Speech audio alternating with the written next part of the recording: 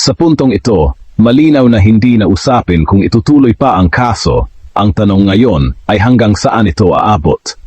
Muling gumagalaw ang International Criminal Court. Nagpapatuloy ang confirmation of charges hearing yugto kung saan pinipili ng korte kung sapat ang ebidensya para tuluyang ituloy ang paglilitis. At kapag nakumpirma ang mga paratang, isang realidad ang unti-unting lumilinaw. Napakalit, kung hindi man halos wala, ang pag-asang makalabas pa ng kulungan si Rodrigo Duterte. Hindi ito usapin ng opinyon. Ito ay usapin ng proseso ng batas, bigat ng ebidensya, at ng mga krimeng sinasabing ginawa habang siya ay nasa kapangyarihan. Sa video na ito, ipapaliwanag natin kung bakit critical ang yugtong ito ng kaso, kung bakit ang confirmation of charges hearing ang maaaring maging huling pintuan palabas, o tuluyang pagsasara ng kalayaan ng dating Pangulo. This is presented to you by Education 4708. Just proceed to view the full content. Magandang araw mga ka-edocs, at welcome pong muli sa ating channel.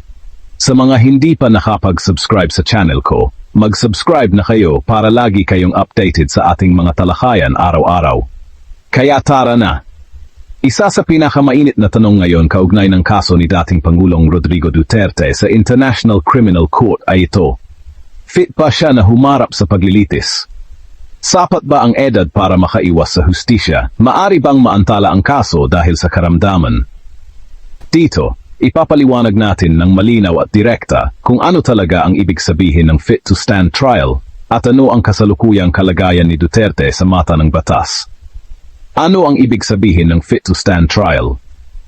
Unahin muna natin ang isang mahalagang linaw. Ang pagiging fit to stand trial ay hindi nangangahulugan na ang isang akusado ay perpektong malusog.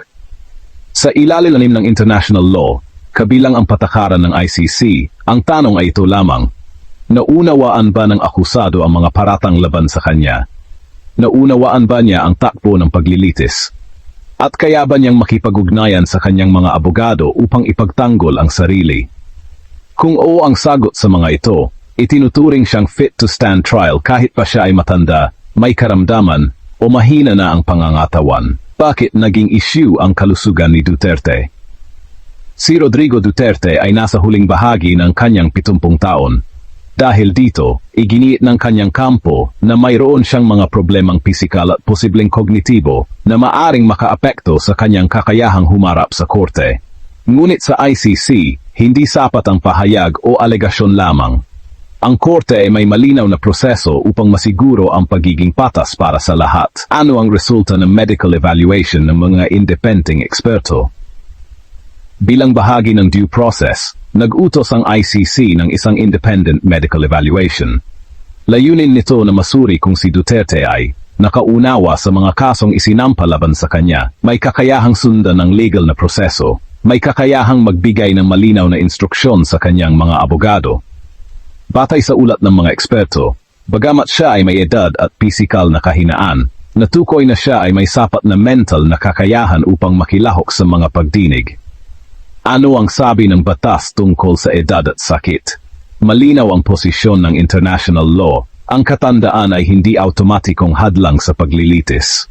Ang pagkakasakit ay hindi rin sapat na dahilan upang itigil ang kaso, tanging ang malubhang kawalan ng kakayahang mental, kung saan hindi na naunawaan ng isang akusado ang realidad o ang proseso, ang maaring maging batayan ng pagpapaliban o pagsuspinde ng paglilitis.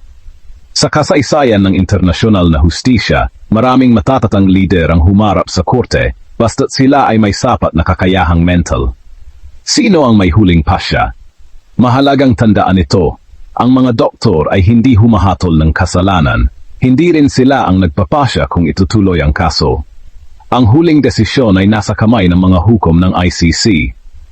Isinasaalang-alang nila ang medical findings, legal arguments, at ang karapatan ng akusado pati na rin ng mga biktima. Mga ka-edocs, may posibilidad ba na si Rodrigo Duterte ay haharap sa paglilitis? Batay sa independent medical assessment, siya ay tinuturing na may kakayahang mental upang maunawaan at makilahok sa proseso ng korte. Ang susunod na hakbang ay nakasalalay na sa desisyon ng mga hukom, hindi sa politika, hindi sa opinyon ng publiko, at hindi lamang sa edad. Sa huli, ang kasong ito ay hindi lamang tungkol sa isang tao. Ito ay tungkol sa kung paano gumagana ang internasyonal na hustisya sa pagitan ng pananagutan, karapatang pantao at panuntunan ng batas. Kung ikaw ay matagal nang naniwala, kung ipinaglaban mo, ipinagtanggol at minsan ay isinugal mo pa ang pagkakaibigan at prinsipyo, mahirap tanggapin ang puntong ito. Pero darating talaga ang sandali na kahit gaano nating kamahal ang isang leader, kailangan nating harapin ang katotohanan, hindi bilang kalaban, kundi bilang mamamayan. Ngayon, hindi na ito simpleng issue ng politika. Hindi na rin ito labanan ng kulay o kampo. Ang confirmation of charges hearing sa International Criminal Court ay nagpapatuloy. At sa yugtong ito, ang korte ay hindi nagtatanong kung sino ang sikat, kundi kung sapat ang ebidensya para ituloy ang paglilitis. Kapag nakumpirma ang mga paratang, hindi na ito usapin ng makakalusot pa. Ito na ang puntong kung saan ang kalayaan ay maaring hindi na maibalik. Masakit pakinggan, masakit tanggapin. Pero minsan, ang pinakamahirap na katotohanan ang siyang pinakamahalagang harapin. Hindi dahil gusto nating may makulong, kundi dahil ang hustisya ay hindi pumipili kung sino ang minahal natin. Sa video na ito, hindi kita hihikayating kamuhian ng isang tao. Hihikayating kitang mag-isip, hindi bilang DDS, hindi bilang dilawan, kundi bilang Pilipino. Kung ikaw ay matagal nang naniwala, kung ipinaglaban mo, ipinagtanggol mo, at minsan ay pinatahimik mo ang sarili mong pagdududa, hindi madali ang sandaling ito. Dahil ang pinag-uusapan natin ngayon ay hindi na paninira, hindi na tsismis, hindi na propaganda. Ito ay proseso ng batas, na tahimik, mabagal, pero hindi basta-basta tumitigil. Ang realidad ng kasalukuyan. Sa ngayon, nagpapatuloy ang confirmation of charges hearing sa International Criminal Court. Ito ang yugto kung saan hindi pa hinahatulan ng isang tao pero sinusuri kung sapat ang ebidensya para tuluyang ituloy ang paglilitis. Hindi opinyon ng publiko ang tinitimbang dito. Hindi dami ng taga-suporta, hindi lakas ng sigawan sa social media, kundi dokumento, testimonya, pattern ng mga pangyayari. At para naman sa mga matagal nang nagtatanggol, kung ikaw ay DDS, kung minsan mo nang sinabi na wala namang kasalanan, o paninira lang yan, natural lang na umasa ka pa rin. Pero mahalagang itanong ang mas mahirap na tanong, kung talagang walang bigat ang kaso, bakit ito umabot dito? Ang ICC ay hindi korte ng emosyon. Hindi ito korte ng viral videos. Ito ay korte na umaandar lamang kapag may sapat na batayan. Marami ang kumakapit sa argumento ng edad at karamdaman. Pero malinaw ang pamantayan ng batas, hindi kailangang malakas ang katawan para litisin. Kailangan lamang malinaw ang isip, at sa puntong ito, ayon sa Independent Medical Assessment, itinuturing siyang may kakayahang unawain at harapin ang proseso. Ibig sabihin, hindi iyon hadlang para ipagpatuloy ang kaso. Ano ang pinakamahirap na bahagi? Ito na ang bahaging ayaw marinig ng marami. Kapag nakumpirma ang mga paratang, kapag tuluyang umusad ang kaso sa full trial, ang posibilidad na makalaya pa ay lalong numinipis. Hindi dahil may gusto siyang parusahan agad, kundi dahil ganito gumagana ang internasyonal na hustisya.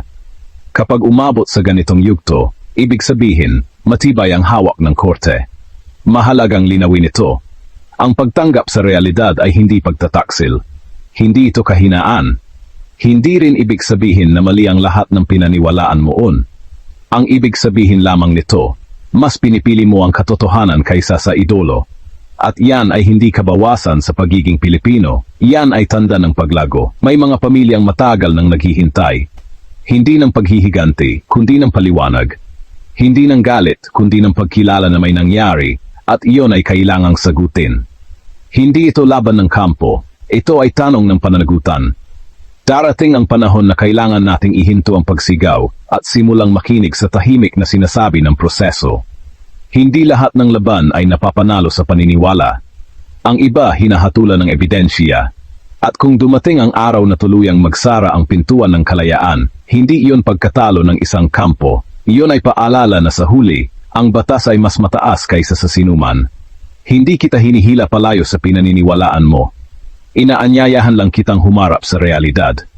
Hindi bilang DDS, hindi bilang kritiko, kundi bilang Pilipinong handang tumanggap ng katotohanan kahit masakit. Sa puntong ito ng kaso, ano ang mas mahirap? Ipaglaban ang paniniwala o tanggapin ang proseso ng batas. Para sa inyo, dapat bang maging hadlang ang edad o karamdaman upang hindi humarap sa hustisya ang isang leader? Bakit?